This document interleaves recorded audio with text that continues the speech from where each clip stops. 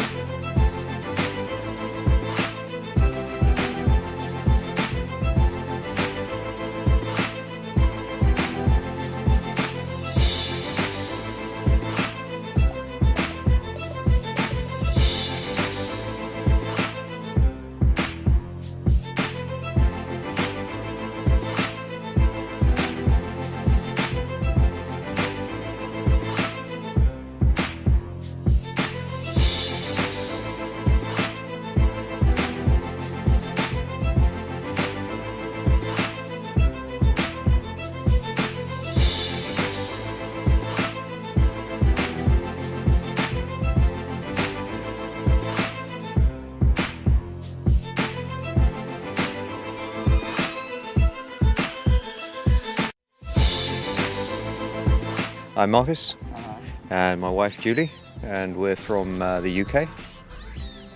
How you guys got into overlanding?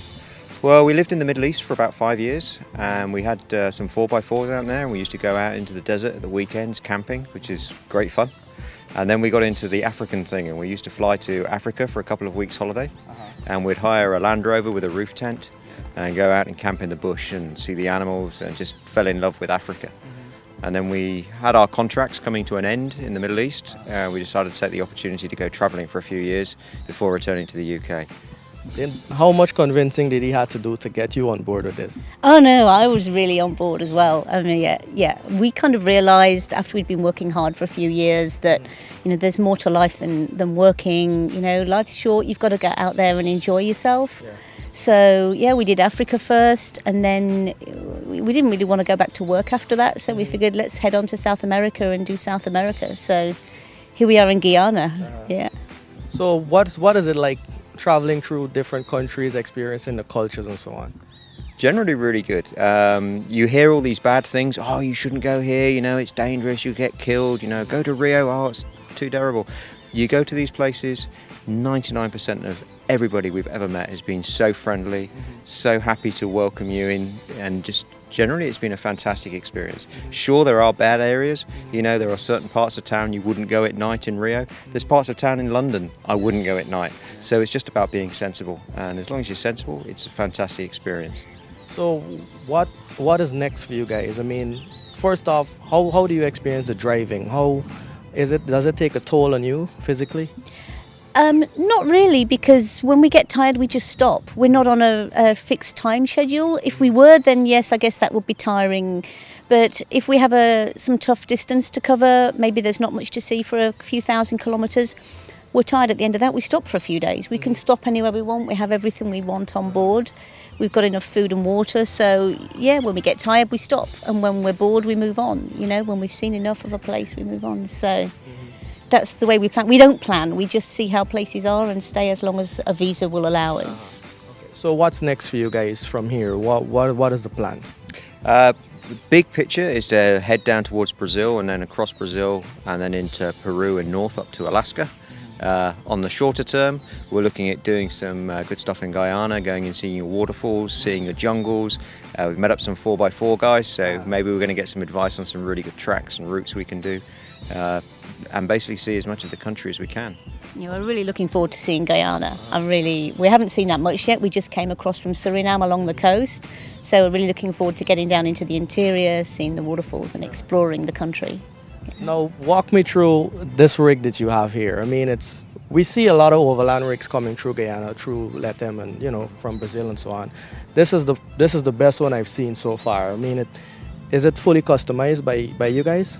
It's an off-the-shelf, as it were, from a German manufacturer who specialises in making what they class as expedition vehicles.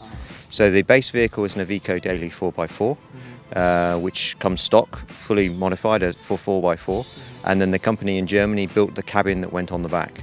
Unlike a normal motorhome, the construction is a lot more rugged because it's designed for off-road use. The cabin on the back is actually on its own chassis, which separates from the vehicle chassis when you're off-road and you're getting maximum chassis twist. It stops the twisting from going into the bodywork. So there's obviously a price associated with that, and it's German engineering.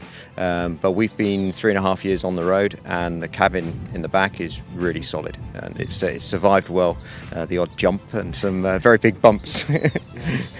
What is the maintenance like? Have you guys ever had so much trouble that you had to shut down operations for a while and then get somebody to come check the vehicle or so on, or is it really reliable? No, it's fairly reliable. We have had a few problems, but luckily Marcus is really competent with the technical side of things, so we've not encountered anything that he can't fix himself. He's the one that's best to talk about what those issues are, but he's managed to do everything so far. We've never been stranded, and we've never had to go to a workshop for anyone else to help us. So.